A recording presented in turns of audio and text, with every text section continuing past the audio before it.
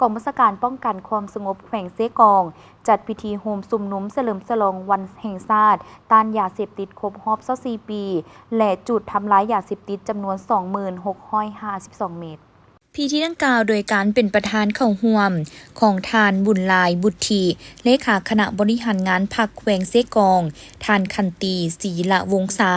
รองเลขาพรรคแขวงประธานคณะกรรมการปกครองแขวงทานบุญเลยนันทวงศ์เลขาคณะบริหารงานพรรคเมืองท่าแตงมีหัวหน้ากองบัญชาการปกส.แขวงหัวหน้ากองบัญชาการปกส.เมืองพร้อมด้วยภาคส่วนเกี่ยวข้องเข้าร่วม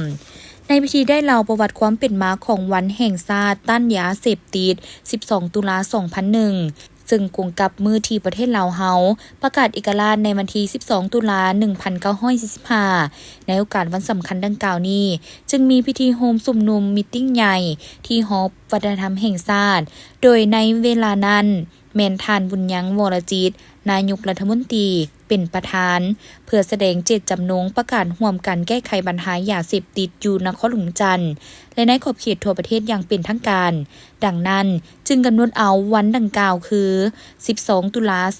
2001 เป็นวันเฉลิมฉลองวันต้านยาเสพติดแห่งชาติซึ่งปีนี้พอดีครบรอบ24 ปีในโอกาสวันที่มีความหมายความสำคัญดังกล่าวทานบุญยังวรจิตก็ได้กล่าวว่าเวียกงานใดๆภารกิจใดๆก็ตามถ้าพวกเขามีความตั้งใจเหตุด้วยความรับผิดชอบสูงร่วมแรงร่วมใจกันภารกิจจะมีผลสำเร็จอย่างมีไซจงพร้อมใจกันเป็นอันหนึ่งอันเดียวเสริมสร้างประเทศลาวให้เจริญยิ่งขึ้นจงพร้อมกันต้านยาเสพติดต้านยาเสพติดแม่นหักชาติต้านยาเสพติดแม่นเฮ็ดให้อนาคตสดใสแก่พวกลูกหลานต้านยาเสพติดแม่นหน้าที่ของปวงชนลาวทุกๆสั้นคนจากนั้นพลจัตวาค้ำบานพรหมมณีวงศ์หัวหน้ากองบัญชาการปกส.แขวงเซกองได้รายงานให้ฮู้การเคลื่อนไหวจะตั้งปฏิบัติเวียกงานกวดกาและควบคุมยาเสพติดระยะ1 ปีผ่านมาเจ้าหน้าที่ได้เก็บกำและขึ้นบัญชีเป้าหมายเสพยาเสพติด 1,791 คนหญิง40 คนเก็บกำและขึ้นบัญชีเป้าหมายค้าขายยาเสพติด216 คนหญิง11 คนสกัดกั้นและต้านยาเสพติดทั่วแขวงมีคดียกทาแต่เดือนกันยา2004มี61รายต้องหา61คนหญิง5คนในนี้เวียดนาม4คนปี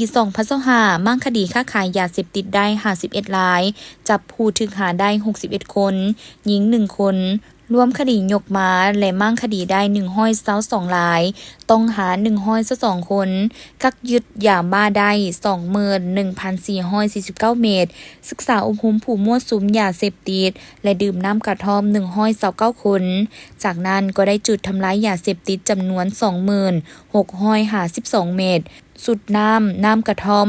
17สูตรหัวเสื้อผสมน้ำกระท่อม23แก้วและยาสูบไฟฟ้า3อัน